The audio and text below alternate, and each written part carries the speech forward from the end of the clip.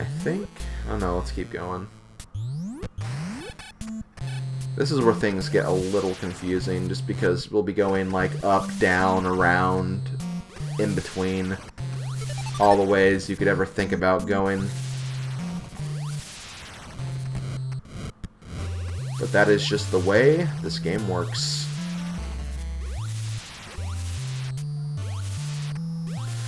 We're also probably around this point, like, past the hour mark for this game. So I don't think we'll get the, best ending of this game, unfortunately. I don't think you have to get 100% to get the best ending, though, so if you want to try for that, obviously you probably wouldn't go this far out of your way to get items. You'd probably just get the, essential items and just try to beat the game straight up.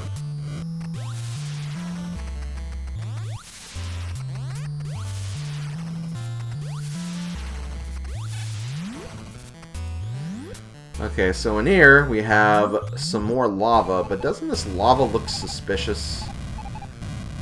There's something weird about this lava. Why is it just kind of hanging down there? There's something not right about it. Aha! That's what I thought. We have more secret passages.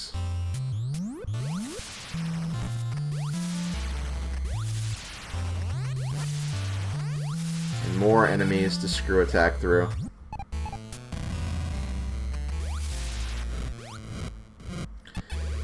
And, oh god. Come on! If I could only freeze this guy. I'll just go under. Okay, but there we go. We got the E-tank. And now, I think we're going to try to go back to the other lava pool. But I might actually just go ahead and go back there myself, just to kind of show you where it is, because I guess there is a lot of lava pools around. I suppose I'll just keep talking anyway. Okay, let's get rid of you. Let's see, where do I want to go here? How would I be able to get up there? Like, yeah, there's no way I'd be able to get up there. Maybe I can shoot up from here. Oh, yep. Yeah, of course. Ugh, dang it. Dude, just stay there. Okay. There we go! Making it harder than it should be.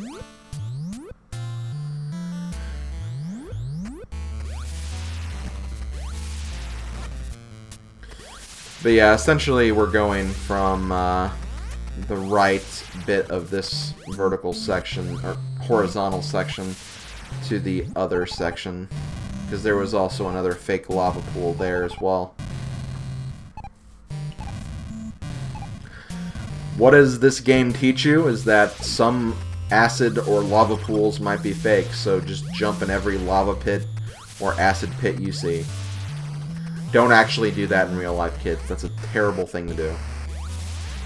Because if you do that in real life, you'll probably die. And dying is not good. The more you know.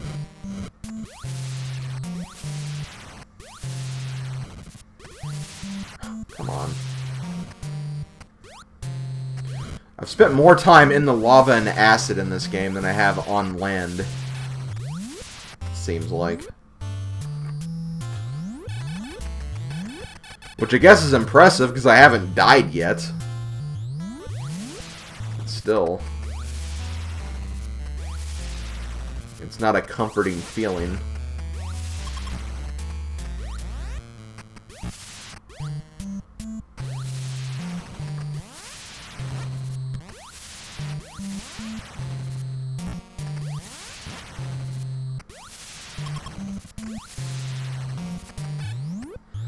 So I think this is the room we want to be in. Yep. And see, this lava pit definitely looks suspicious. Yep, of course. Back down we go.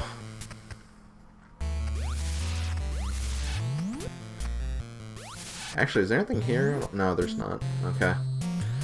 Oh boy, more bubbles. Although these bubbles look kind of cool, because these kind of look like larvae.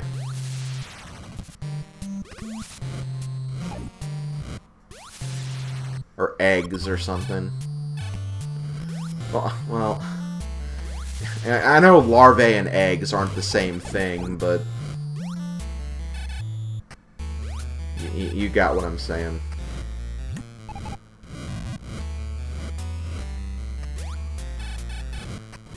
Also, this section is very, very block heavy, I guess.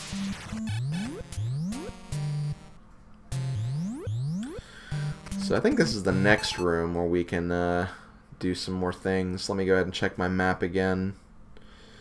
Okay, there's basically two more paths I can go. I can go straight down, and then I can go to the right.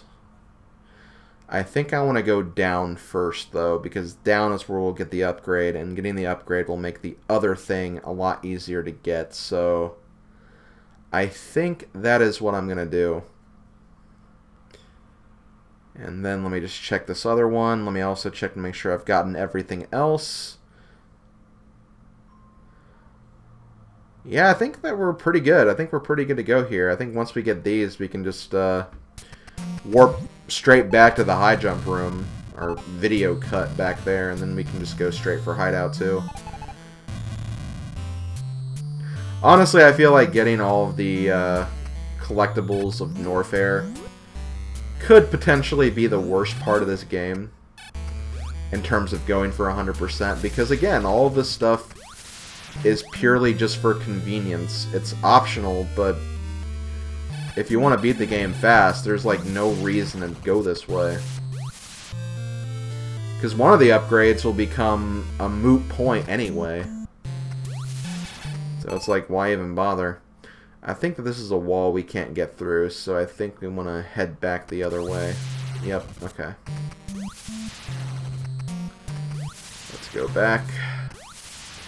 I'm not going to cut back to that room because I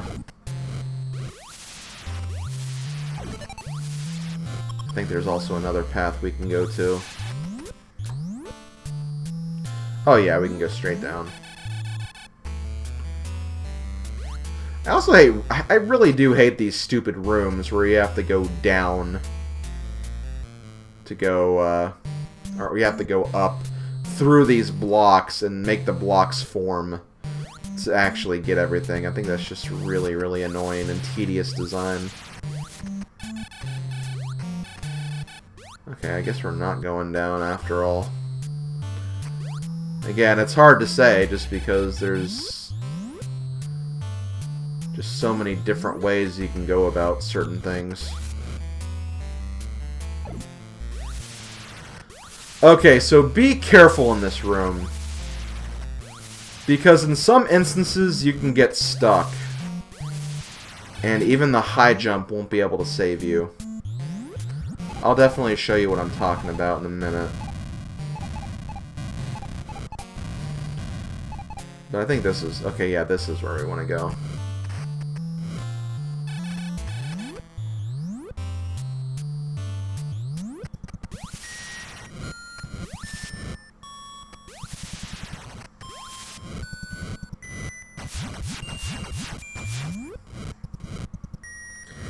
And here we get another upgrade. This upgrade is the Wave Beam.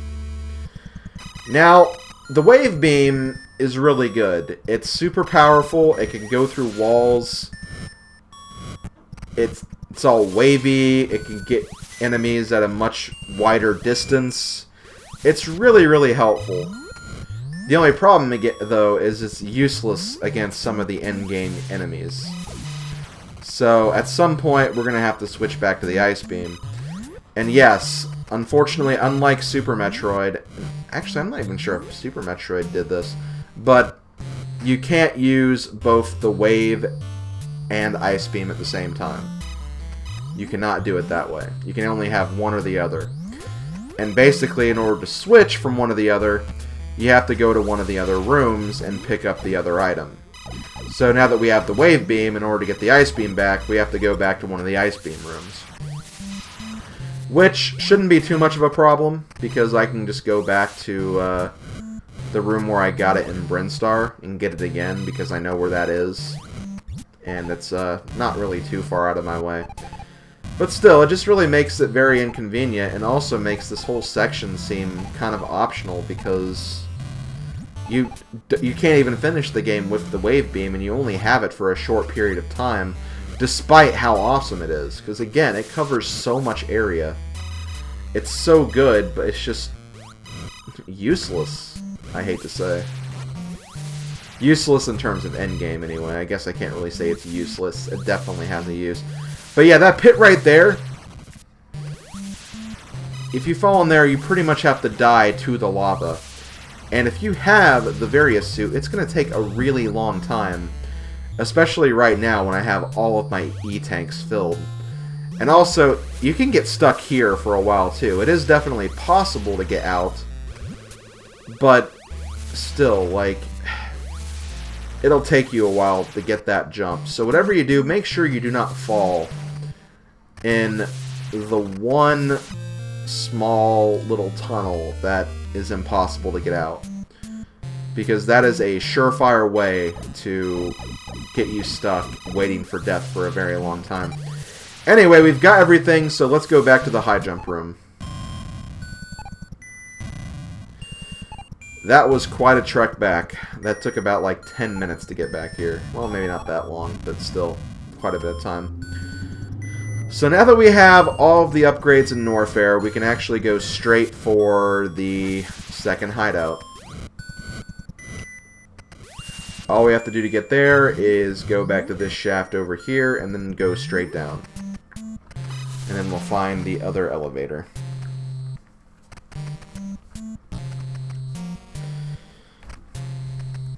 So yeah, I had to go all the way back to this room. And it's so annoying because if you actually look at a map of this game, like, we were around this area, but, like, there were no walls you could break through. Like, I'm pretty sure there's not a shortcut or anything. I think you quite literally have to, actually, no, I was in the right room. What am I doing? But yeah, you quite literally have to go all the way back around once you get those upgrades to come back this way and properly go down the elevator. Which is, again, really, really bad design, I feel like.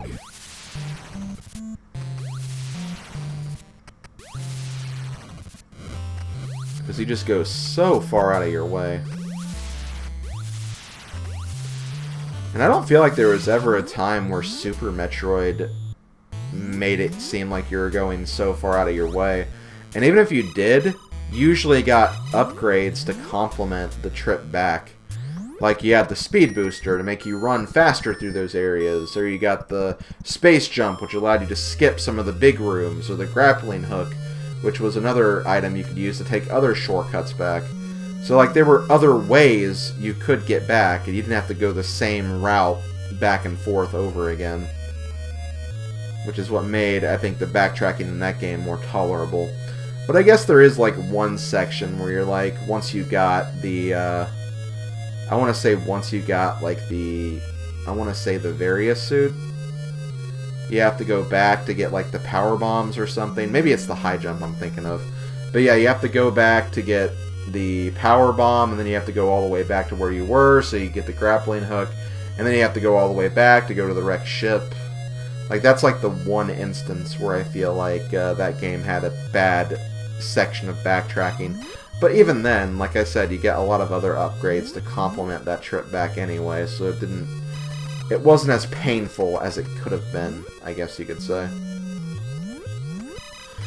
So, we're now in Ridley's Lair, the second hideout of the game. That's right, we will be seeing our nemesis Ridley that a lot of people really, really want in Smash Brothers. Honestly, I agree with them. I would like to see Ridley in Smash Brothers too, but he's not, unfortunately.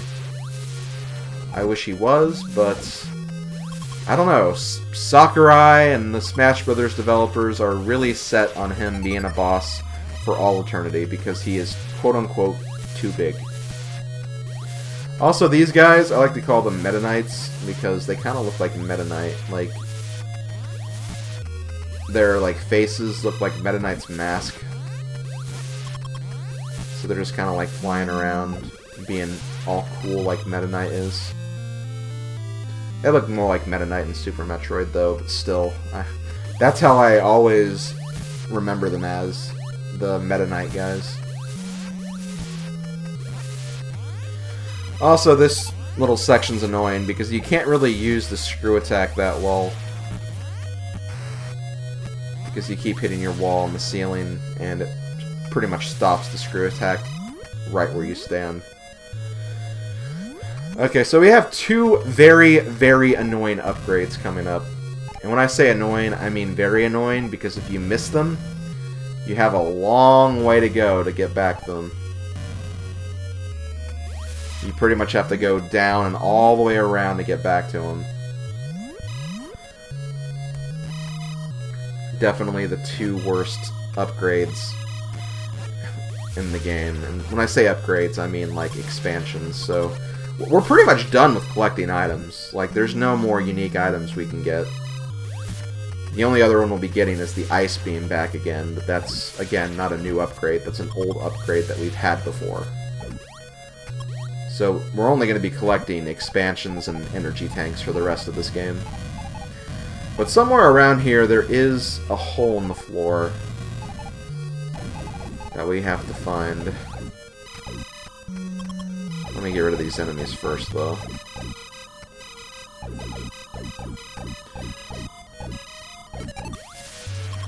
Okay, there we go. Thank you. Let's see. There it is. Okay, perfect. So you have to find this hole in order to get to the next room. Because of this giant pole that's right there. And here we go, the first annoying upgrade to get. This E-Tank may look harmless, but there's actually a hole right in front of it. And I have to jump in the right fashion in order to get it. And if I miss it, I have to go all the way around to come back and get it. I really, really freaking hate this. There's another E-Tank like this in Super Metroid too, but I at least kind of know the distance I'm working with in that game. Okay, here we go. Dang it! Hold on. Okay, let's try this again. Got it. Okay, good. Yeah, I feel like the hole is not as big as you think it is, but you know it's there. Like, they would not give you an E-Tank that easy to get. I don't know, maybe they would. I really have no idea, but my god, I seriously hate getting that. Like, again, I didn't want to show the journey just because it takes so long to get back here. But you can generally figure it out. And you'll probably see the path I took in this video anyway. But anyway, we're going to go over here to the right once we fall down. And yes, you do want to fall down in that room after you got the E-Tank. Which I know seems counterproductive, but this is like the fastest way to get to the boss and get the rest of the upgrades anyway, so yeah, just don't bother following. There's no reason to. At least in my opinion. Plus, you'd also have to go back all the way around again anyway to get this other upgrade, which I really, really hope I don't miss this one. But let me get to the next room first. Thank you, Screw Attack. I think you also get, like, a higher chance of getting items whenever you use Screw Attack, too. Okay, right here. You can't jump this. You have to do a bomb jump to get through here. Okay, here we go. Yes! Perfect. Nicely done. Okay.